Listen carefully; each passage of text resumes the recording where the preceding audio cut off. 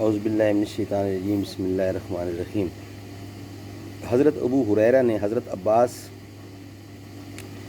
عبداللہ بن عباس رضی اللہ سے حدیث بیان کی کہ حضرت صلی اللہ علیہ وسلم نے ارشاد فرمایا کہ جس چیز کو آگ چھوئے اس کے کھانے سے وضو ٹوٹ جاتا ہے۔ حضرت ابن عباس نے کہا کہ اس بنا پر تو لازم آتا ہے کہ ہم گرم پانی کے استعمال سے بھی وضو نہ کریں۔ حضرت ابو ہریرہ نے کہا، بھتیجے، جب تم حضرت صلی اللہ علیہ وسلم کی کوئی حدیث سنو تو کہاوتیں نہ کہا کرو۔ صحیح مسلم کے مقدمہ میں ہے کہ ایک دفعہ حضرت ابن عباس کے سامنے حضرت علی کے قضایا یعنی مقدمات کے فیصلے پیش کیے گئے۔ حضرت ابن عباس اس کی نقل لیتے جاتے تھے اور بعض فیصلے چھوڑتے جاتے اور فرماتے تھے، خدا کی قسم علی رضی اللہ نے یہ فیصلہ کیا ہے تو گمراہ ہو کر کیا ہے، لیکن چونکہ وہ گمراہ نہ تھے اس لیے یہ فیصلہ بھی نہ کیا ہوگا۔ اسی روایت کے بعد صحیح مسلم میں یہ روایت ہے کہ حضرت ابن عباس کے پاس لوگ ایک کتاب لائے جس میں حضرت علی کے فیصلے قلم بند تھے۔ حضرت عبداللہ بن عباس نے ایک گز کے بقدر چھوڑ کر باقی کتاب مٹا دی۔ اس سے ظاہر ہے کہ حضرت ابن عباس نے صرف ان فیصلوں کے مضمون سے یہ قیاس کیا کہ وہ صحیح نہیں ہو سکتے، اس بات کی ضرورت نہیں سمجھی کہ وہ روایتاً اور سند کا پتہ لگائیں۔ صحیح بخاری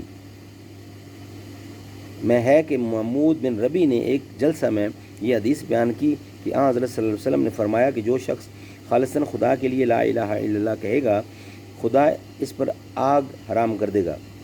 اس جلسے میں حضرت ابو ایوب انصاری بھی موجود تھے، جن کے مکان میں حضرت صلی اللہ علیہ وسلم نے 7 مہینے تک قیام فرمایا تھا۔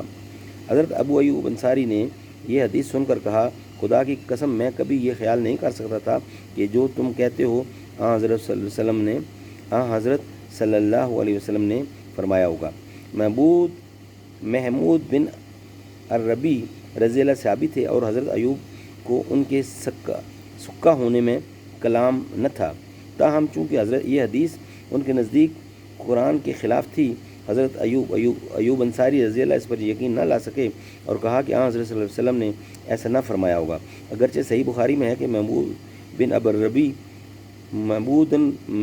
بن ربی نے مدینہ آ کر اس حدیث کی تصدیق اپنے راوی عتبان سے کر لی، لیکن اس سے اصل مسئلے پر اثر نہ پڑتا۔ حضرت ابو ایوب کو جن اسباب کی بنا پر محمود بن ربی کی روایت میں شبہ پیدا ہوا، عتبان پر بھی وہی شبہ پیدا ہو سکتا تھا۔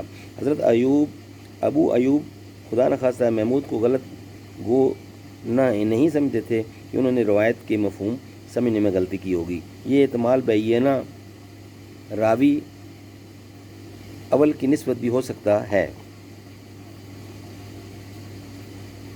جیسا کہ حضرت عائشہ رضی اللہ نے بعض صحابہ سے کہا کہ تم لوگ سچے لوگوں سے روایت کرتے ہو لیکن سامع غلطی کر جاتا ہے۔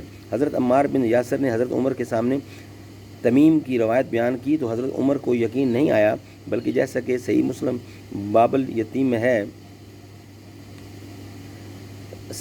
باب التمیم میں ہے، یہ الفاظ کہے اتق اللہ یا عمار، یعنی اے عمار خدا سے ڈر۔ چنانچہ اس بنا پر حضرت عبداللہ ابن عباس کے سامنے حضرت ابو موسیٰ نے اس روایت سے استدلال کیا تو حضرت عبداللہ نے کہا، ہاں لیکن عمر و عمار کی روایت سے تسکین نہیں ہوئی۔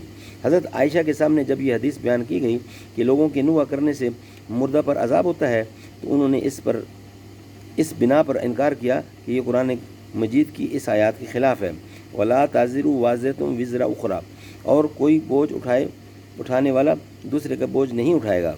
اس طرح جب ان کے سامنے یہ حدیث بیان کی گئی کہ حضرت صلی اللہ علیہ وسلم نے کشتگان بدر کی نسبت فرمایا کہ میں جو کہتا ہوں یہ سنتے ہیں، حضرت عائشہ نے فرمایا کہ ابن عمر نے غلطی کی۔ اس روایت کے راوی اگرچہ عبداللہ بن عمر تھے جو مشہور صحابی ہیں، لیکن حضرت عائشہ نے اس بنا پر روایت کی صحت سے انکار کیا کہ ان کے نزدیک وہ روایت قرآن مجید کے خلاف تھی۔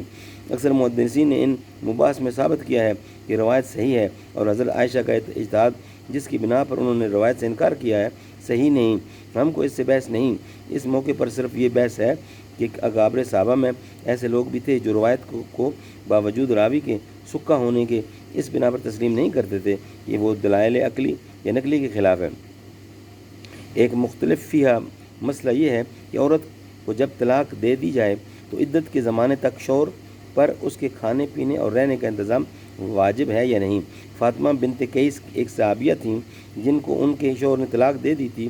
ان کا بیان ہے کہ وہ حضرت صلی اللہ علیہ وسلم کے پاس گئیں تو آپ نے ان کو نفقہ اور مکان نہیں دلوایا۔ انہوں نے یہ حدیث حضرت عمر کے سامنے بیان کی۔ حضرت عمر نے فرمایا کہ ہم خدا کی کتاب اور حضرت صلی اللہ علیہ وسلم کی سنت کو ایک عورت کے بیان پر چھوڑ نہیں سکتے جس کی نسبت ہم کو معلوم نہیں کہ اس نے یاد رکھا یا بھول گئیں۔ امام شعبی نے ایک مجلس میں فاطمہ کو کی یہ روایت بیان کی تو اسود بن یزید نے ان کو کنکریاں ماریں کہ تم ایسی حدیث بیان کرتے ہو، جو پھر حضرت عمر کا مذکورہ بالا واقعہ نقل کیا۔ صحابہ کے بعد بھی محدثین میں ایک ایسا گروہ موجود رہا جو عقلی یا نقلی وجوہ کی بنا پر بعض روایات کے تسلیم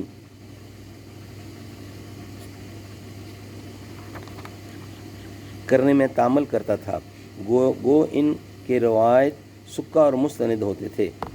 صدق اللہ العلی العظیم و صدق رسولہ النبی الکریم ونحن علی ذلک من الشاہدین والشاکرین والحمد للہ رب العالمین۔